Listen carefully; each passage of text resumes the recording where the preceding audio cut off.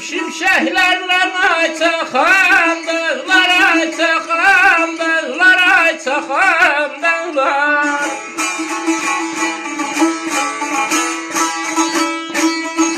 İstəyirəm gözlərinə, istəyirəm gözlərinə, bir doyunca baxam dağlar, bir doyunca baxam dağlar, bir doyunca ay baxam dağlar, ay bizim dağlar, ay bizim dağlar.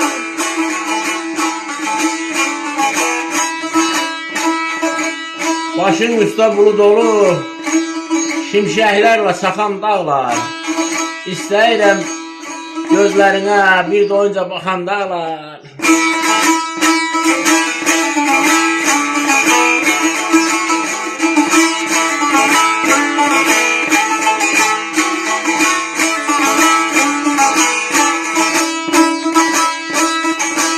Şehli güldən dəstə-dəstə gəlib qoyam sinəm üstə.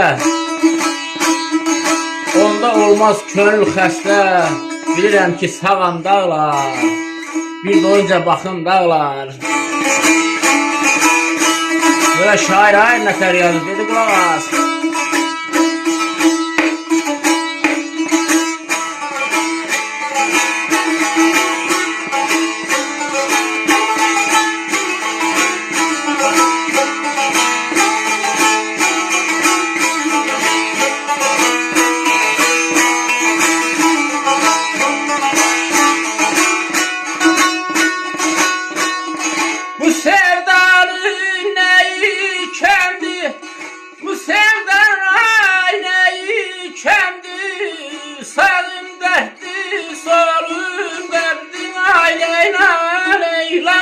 Qadan Allah.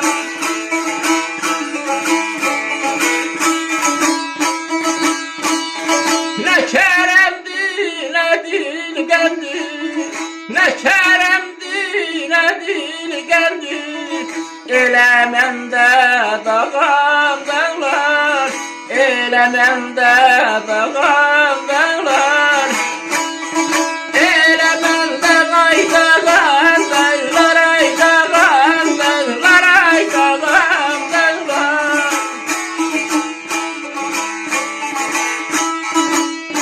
Bu sevdanın nəyi kəmdir, sağım dərddir, solum qəmdir, nə kərəmdir, nə dilgəmdir, elə məndə dağam dağlar.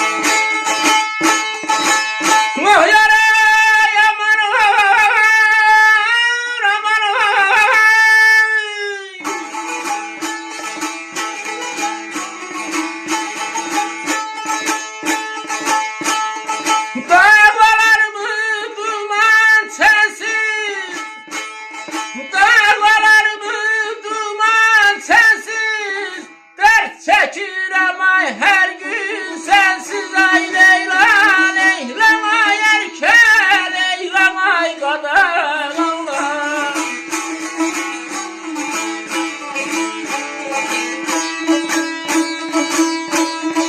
Tövfik yaşamaz vətənsiz, tövfik yaşamaz vətənsiz, axır bir gün yoxam dağlar, axır bir gün yoxam dağlar, axır bir günə yoxam dağlar, ay yoxam dağlar, ay bizim dağlar.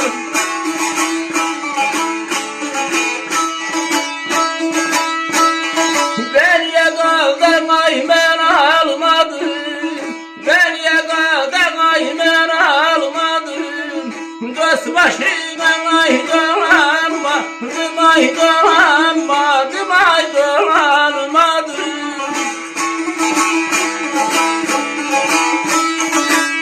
Dağ olar mı duman çənsiz, dərd çəkirəm hər gün sənsiz. Tofiq yaşamaz vətənsiz, axır bir gün yoxam dağlar.